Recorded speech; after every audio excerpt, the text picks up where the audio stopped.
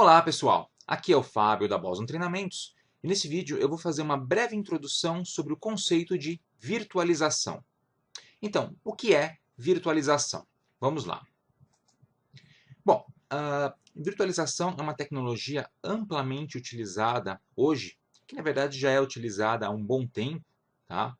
Mas que vem se tornando cada vez mais popular nos últimos anos. Tá? E a finalidade da virtualização é fornecer, como o próprio nome diz, uma versão virtual de tecnologias físicas essenciais em computação, como por exemplo, hardware, armazenamento e redes. Tá? Mas não só isso, a gente também pode virtualizar outras coisas, como por exemplo aplicações. Mas o foco nesse vídeo é na virtualização de dispositivos de hardware. Tá? Então esse é o uso mais comum. Tá? Quando a gente fala em virtualização de hardware, a gente consegue, por exemplo, instalar um sistema operacional sobre outro sistema, incluindo seus recursos de hardware representados por software. Tá? Esse é o uso mais comum e mais popular de virtualização, tá? Para a gente que trabalha no dia a dia. Armazenamento também pode ser virtualizado. A gente pode utilizar uma camada de software entre discos físicos, discos de armazenamento e dispositivos que acessam esses discos. Dispositivos como computadores, por exemplo, workstations, etc. Tá? De modo a tornar esse acesso flexível e gerenciável. Tá? A gente tem até um nome especial para esse esquema de virtualização de armazenamento. A gente chama isso de SDS, Software Defined Storage, ou armazenamento definido por software. E a gente também tem um esquema parecido para a rede. A gente pode virtualizar uma infraestrutura lógica de rede em cima de uma rede física, real, tá? Permitindo configuração e a personalização da rede. A gente também tem um nome para isso. A gente pode chamar isso de Software Defined Networking. Tá? Mas a gente pode, na verdade, virtualizar a rede de outras formas, até formas mais simples, como eu vou mostrar já já. Bom, então, quando a gente utiliza as técnicas de virtualização, a gente vai representar os dispositivos físicos por entidades de software. Tá? Então, você vai ter dispositivo físico real, tangível, representado em software. Então, um servidor ou uma estação, uma máquina, um computador comum, ele vai se transformar numa máquina virtual, também chamada de VM, ou Virtual Machine, máquina virtual em inglês. Tá? Esse aqui é um uso bastante comum. Aliás, se você acompanha o canal da Boston Treinamentos, já deve ter visto vários vídeos nos quais eu instalo sistemas operacionais, por exemplo, para fazer uma análise ou demonstração. A maioria absoluta deles é feita sobre VMs, usando máquinas virtuais. Tá? Rede e storage também podem ser virtualizados, SDN e SDS, como a gente viu, e a gente pode assim construir um conceito muito interessante, um conceito chamado de SDDC, Software Defined Data Center, ou Data Center definido por software, tá? Que tem tudo a ver com o que a gente chama de Cloud Computing. Eu não vou falar especificamente sobre Cloud Computing nesse vídeo, porque a gente vai ter um outro vídeo para falar especificamente sobre essas tecnologias, que são muito mais abrangentes do que virtualização. Mas já é interessante citar o seguinte: virtualização e cloud computing não são a mesma coisa, tá? São conceitos diferentes. Virtualização é uma tecnologia-chave para cloud computing, computação em nuvem. Então, computação em nuvem depende basicamente de virtualização e de outros componentes também. Então, não confunda os dois conceitos. Legal? Bom, então, virtualização de hardware, que é o nosso foco, né? É uma combinação de engenharia de hardware e software para criar as máquinas virtuais, as famosas VMs. O que é uma máquina virtual? Fazendo uma definição. É uma abstração de hardware que permite a uma máquina física, um computador físico, agir como se fossem várias máquinas diferentes, ou seja, executar vários sistemas operacionais distintos. Tá? Posso ter várias instâncias do mesmo sistema operacional ou vários sistemas operacionais diferentes rodando num único hardware. E a virtualização de hardware ela é calcada em três componentes principais. Um hospedeiro, que é um computador, né, físico, o convidado, que é o sistema virtualizado, e uma camada de virtualização, que é um software que vai permitir virtualizar ou criar esses sistemas convidados sobre um sistema hospedeiro. Então, o hospedeiro é o seu hardware físico. A camada de virtualização toma esse hardware e, vamos dizer assim, multiplica esse hardware de forma lógica para criar vários hospedeiros. Tá? E tem uma ilustração aqui que eu peguei da internet que mostra bem esse conceito. Tá? Então a gente pode ter o nosso host, que é o hospedeiro, tá? Com o nosso hardware físico ou outros elementos físicos, storage, rede, etc. Tá? E aí a nossa camada de virtualização, que é o nosso software que vai fazer a emulação via software desses elementos de hardware, criando o hardware virtual, rede virtual, dispositivos de armazenamento virtuais. E esses dispositivos virtuais são, então, fornecidos para os guests, os convidados ou as máquinas virtuais. E a gente vai ter as imagens virtuais, aplicações rodando em cima dessa camada de virtualização. E, isso é interessante, para o usuário, tá, desses sistemas convidados, os sistemas eles se apresentam como se fossem máquinas físicas normais. Tá? O usuário ele não percebe que está acessando uma máquina virtual, um sistema virtualizado. Para ele é como se o sistema existisse fisicamente. Isso é bem interessante. Essa outra ilustração aqui, que eu peguei do site da Intel, mostra uma comparação entre um sistema que não usa máquinas virtuais, ou seja, que não está usando a tecnologia de virtualização, em relação a um sistema que usa máquinas virtuais. Então, sem máquinas virtuais, without VMs, a gente tem o nosso hardware físico, no host, no hospedeiro, um sistema operacional rodando em cima desse hardware e os aplicativos rodando em cima do sistema operacional. Nada mais comum, né? O seu computador funciona assim, o meu computador funciona assim. Tá? Esse é o esquema tradicional que permite a execução de um sistema operacional por vez. Mesmo que você tenha mais de um, por exemplo, em dual boot ou alguma coisa do gênero, você vai executar apenas um por vez. Tá?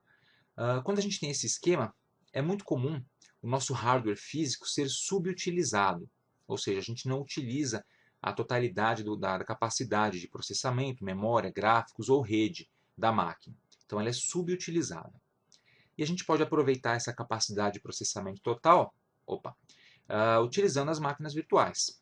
Então nesse caso eu teria um hardware físico, teria de alguma forma um Virtual Machine Monitor, a Intel chama de VMM. Esse daqui é o nosso software, a nossa camada de virtualização. Eu já vou dar um nome para ela.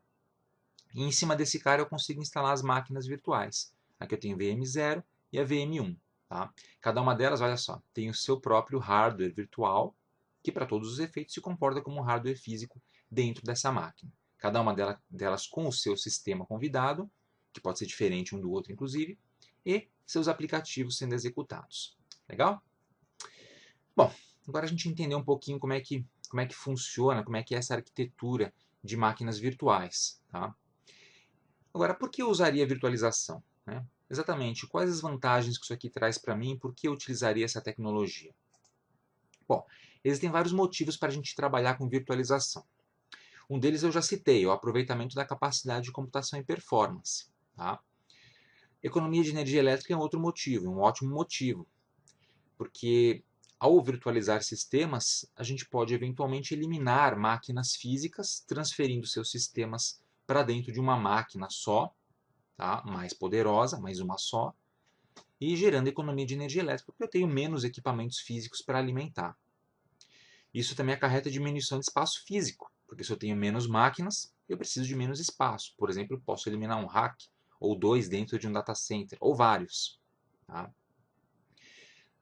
O custo administrativo também acaba diminuindo, até mesmo o custo de mão de obra, né? Menos máquinas físicas, menos mão de obra para dar manutenção nessas máquinas.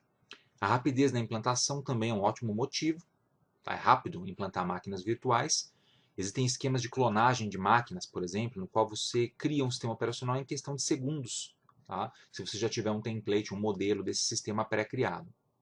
E o aumento na disponibilidade de sistemas. Tá? Então, quando ocorre um problema com um sistema, é muito mais rápido colocar esse sistema de novo no ar, né, online, do que se fosse uma máquina física. Então, tem vários motivos e outros além desses para a gente trabalhar com virtualização. Tá? Então, onde é que a gente aplica a virtualização exatamente? Criação de ambiente seguro, personalizável e isolado. Isso é importante. Tá? As máquinas virtuais ou aplicações virtuais ficam isoladas umas das outras, trazendo mais segurança. Tá? E eles podem ser personalizados também, ou seja, cada ambiente pode funcionar de uma forma diferente. Por exemplo, rodando aplicações distintas entre si. A gente pode emular ambientes de execução separados, construir sistemas escaláveis e elásticos, ou seja, o meu sistema ele pode crescer, tá? Até onde o meu hardware físico permitir, mas ele pode crescer. Por exemplo, eu estou usando um servidor e noto que eu preciso de dois. rapidamente eu consigo aumentar essa capacidade usando a virtualização, desde que o meu hardware físico permita. Tá? Posso otimizar o storage também com essas técnicas. Fazer automação no processo de instalação dos SOs, dos sistemas operacionais. Aí tem várias formas de fazer isso. Clonagem, que eu já citei, é uma delas. O uso de appliances é outra. Um appliance é um sistema operacional vamos dizer assim, pré-fabricado, né, pré-pronto, já instalado, configurado com aplicações, prontinho para usar, que está dentro de um arquivo que você pode inserir dentro de um sistema de gerenciamento de máquinas virtuais e começar a usar instantaneamente. Se você vai lá no site da Oracle, por exemplo, tem vários appliances disponíveis. Tá? Fazer isolamento de sistemas, um sandboxing. Então eu posso ter sistemas isolados entre si rodando na mesma máquina, inclusive fazer testes nesses sistemas, testes de aplicações, por exemplo. Tá? E, claro, criação de cloud computing, né? Trabalhar com computação em nuvem, que a gente vai ver em mais detalhes em outro vídeo. Então, a virtualização traz um monte de benefícios, tá? O uso eficiente da capacidade dos servidores, do espaço físico e a redução do consumo de energia, como eu acabei de citar. Permite a consolidação de appliance, ou seja, aquela ideia, tenho vários servidores, tá? Posso consolidar as aplicações em um só. Por quê? Porque geralmente o servidor ele utiliza pouco a sua capacidade de processamento. A gente estima, de acordo com alguns estudos, que apenas de 5 a 10% do hardware dentro de um servidor é efetivamente usado 100% do tempo. O resto está ali, ocioso. E você paga por esse hardware, né? Você paga 100% pela máquina e usa de 5 a 10% em muitos casos. Não sempre. Obviamente existem casos em que o hardware ele é bem utilizado, mas em grande parte dos casos o hardware é subutilizado. E aí você pode virtualizar vários servidores em um só, tá? Reduzindo aquilo que a gente já viu. Custo de hardware, manutenção, eletricidade e custos com pessoal. Tem casos de taxas de consolidação de até 10:1, né? Alguns casos extremos, o que significa 10 servidores físicos rodando dentro de agora, depois de virtualizados, dentro de um servidor virtual apenas. Fantástico, né? Uma grande redução. Então, um benefício muito grande da virtualização. O custo da mão de obra acaba diminuindo, tá? É muito mais rápido você criar novas máquinas virtuais. Tá? A gente também pode usar a virtualização para desenvolvimento e teste de aplicações. Então, eu desenvolvo uma aplicação nova, eu quero testar, mas não quero testar no meu servidor de produção, que geralmente não é uma boa ideia. Então, você testa num servidor virtualizado, à parte, né, para fazer testes. Upgrade de software e sistema, também é muito comum. Vou fazer uma atualização geral de software na minha rede, mas antes disso eu testo essa atualização numa máquina virtual para ver se ela não causa problemas. E a gente sabe que às vezes ocorrem problemas graves, como já ocorreram no passado. Treinamento e educação. A gente utiliza muito máquina virtual para isso, para criar ambientes rodando aplicações específicas para um aluno, por exemplo, poder estudar, né? Fazer testes, instalar softwares, fazer modificações em software, etc. Que na Boson Treinamentos a gente usa muito isso, né? Muitas máquinas virtuais para rodar banco de dados, por exemplo, que eu não vou ficar instalando direto na minha máquina em si, certo? Para não causar problemas. Bom, tem um monte de benefícios, né? Mas claro que não são só flores. Existem algumas limitações também para o uso da virtualização. Por exemplo, a escalabilidade ela é limitada, o que significa que a gente não pode ter aquela ideia de que ao virtualizar sistemas eu tenho sistemas infinitos. Isso não é verdade. Os sistemas eles vão até onde vai o hardware físico do servidor que você está usando. Não dá para tomar um servidor que tenha uma quantidade limitada de recursos, memória RAM, processamento, rede, e criar máquinas ilimitadas sobre ele. Tem um limite. Tá? Os sistemas às vezes ficam pesados, um pouco mais lentos, porque você acaba não tendo, em muitos casos, uma grande quantidade de recursos disponíveis para todos os sistemas que você virtualiza. Tá? Cada SO virtualizado tem seu próprio kernel, é um sistema independente. Tá? Se a gente usa sistemas operacionais que são iguais, sempre tem algumas soluções que ajudam a diminuir esse peso dos sistemas. Por exemplo, o uso de containers, que é um assunto que a gente também vai abordar futuramente. Bom, se você não usa containers, então isso pode levar à degradação de performance. Tá? O convidado pode sofrer latência e o usuário pode perceber isso, né, ao acessar um sistema virtualizado por meio de uma lentidão maior no acesso. Acessar esse sistema é sempre muito lento. Por quê? Porque ele tem poucos recursos, de acordo com o que você reservou para ele. Ameaças e falta de segurança. Existem, em alguns casos, problemas de segurança que podem ser acarretados num ambiente virtualizado. Por exemplo, uma máquina virtual em si, se sofrer uma falha de segurança, geralmente fica isolada. Mas se o sistema de virtualização como um todo tiver um problema de segurança, esse problema pode se propagar para todas as máquinas virtuais, todas as aplicações virtuais, redes virtuais, e isso é um grande problema. Por isso tem que ser sempre muito bem trabalhado. Tá?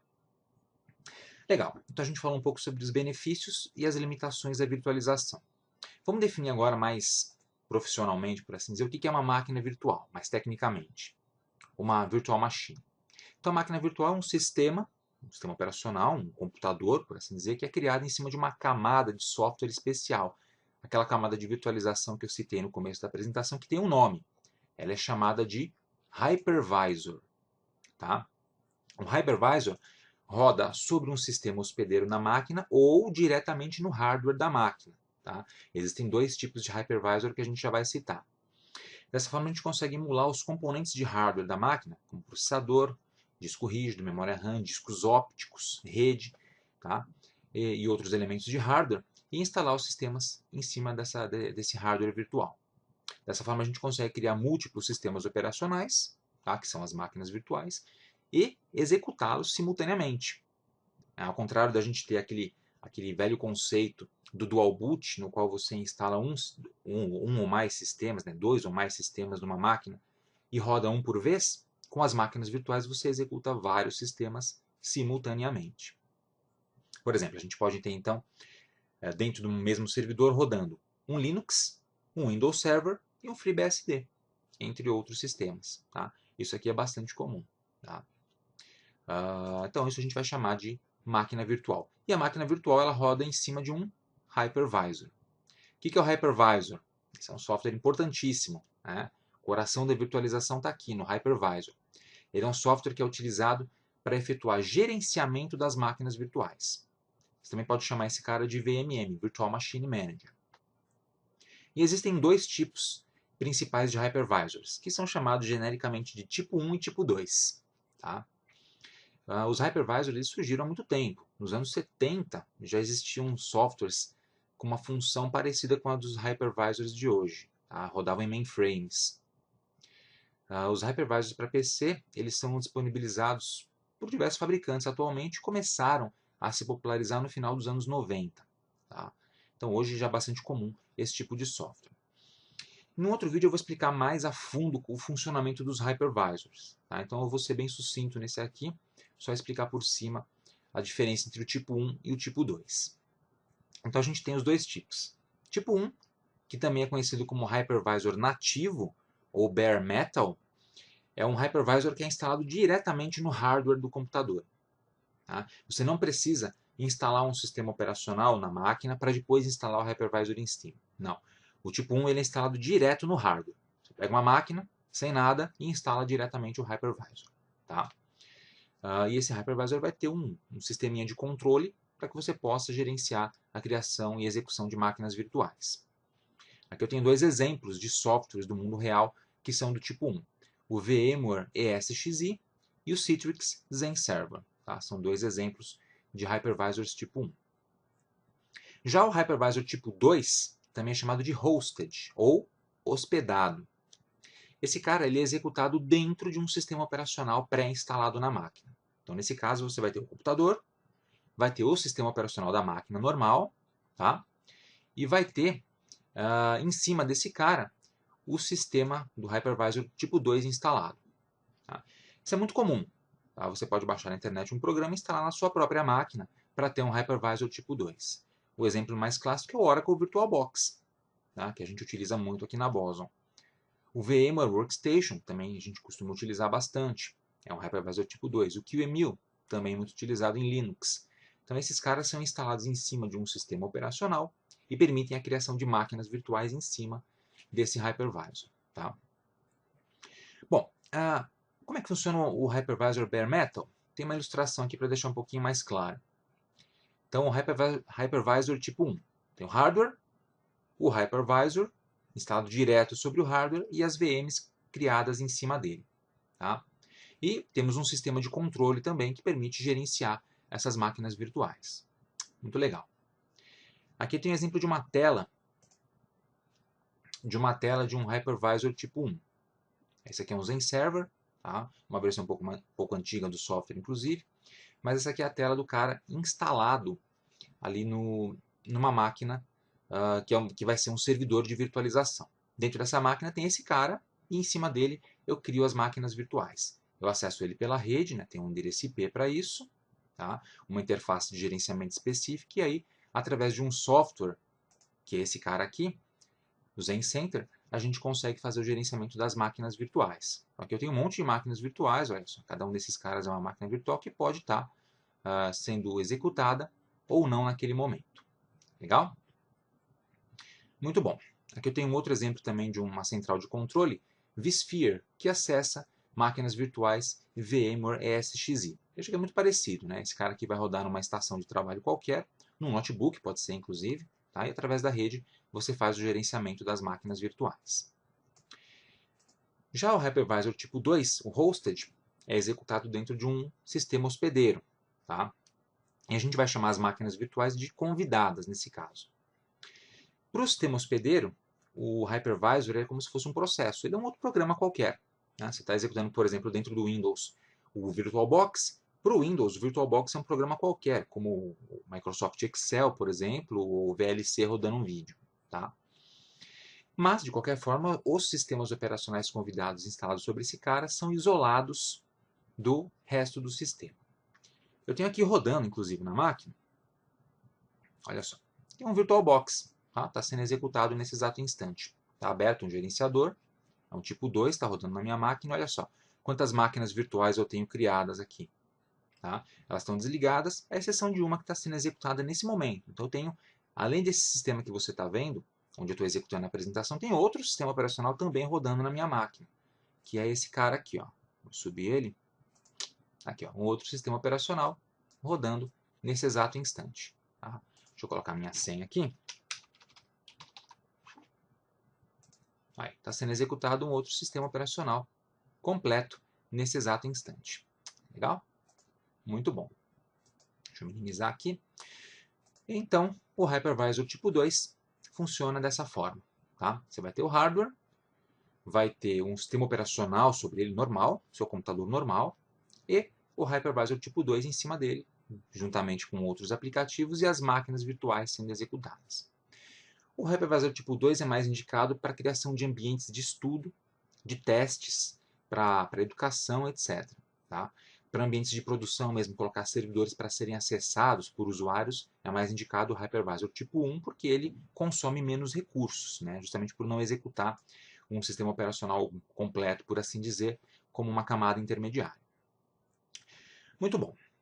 Dito isso, nós temos alguns hypervisors que são híbridos. Né? Eu chamo de híbridos, que não são hypervisors que a gente não classifica com muita facilidade, né? Porque eles são executados de uma forma um pouco diferente. Eu trouxe dois aqui: o KVM, Kernel Based Virtual Machine, que roda em Linux, e o Beehive, que roda no FreeBSD. Esses caras são módulos do kernel, ou seja, eles são módulos do núcleo do sistema operacional. Eles convertem o sistema hospedeiro no hypervisor tipo 1. Olha que interessante. Então você tem sua máquina Linux ou FreeBSD, pode ser uma estação de trabalho, e aí eu instalo esses módulos. Pronto, agora essa máquina virou um hypervisor tipo 1. Só que, como esses sistemas são sistemas de propósito geral, para uso geral, você vai ter outras aplicações rodando juntamente com os hypervisors. Então, eles também podem ser considerados tipo 2, de modo que eu classifiquei como híbridos. Tá? Tanto o KVM quanto o Beehive. O KVM é amplamente utilizado, inclusive aqui na BOSO a gente vai ter futuramente uma sequência de vídeos sobre o uso do KVM em si. Legal?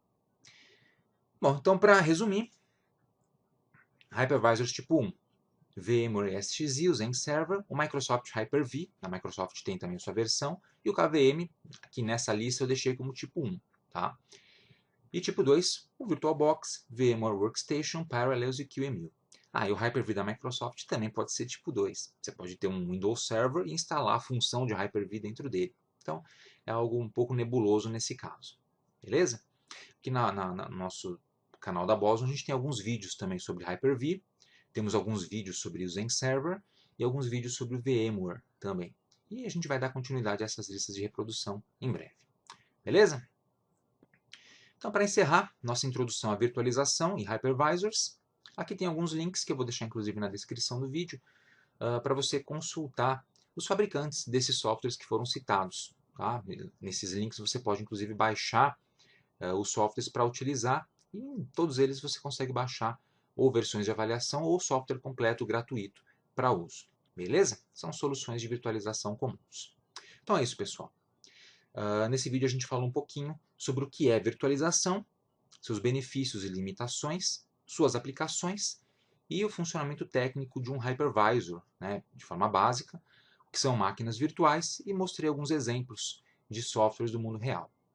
Espero que você tenha gostado. Aproveite para se inscrever aqui no canal da Boson Treinamentos e também para visitar o nosso website, que é o www.bosontreinamentos.com.br. E não deixe de curtir a nossa página do Facebook, Boson Treinamentos em Tecnologia. Obrigado e até a próxima!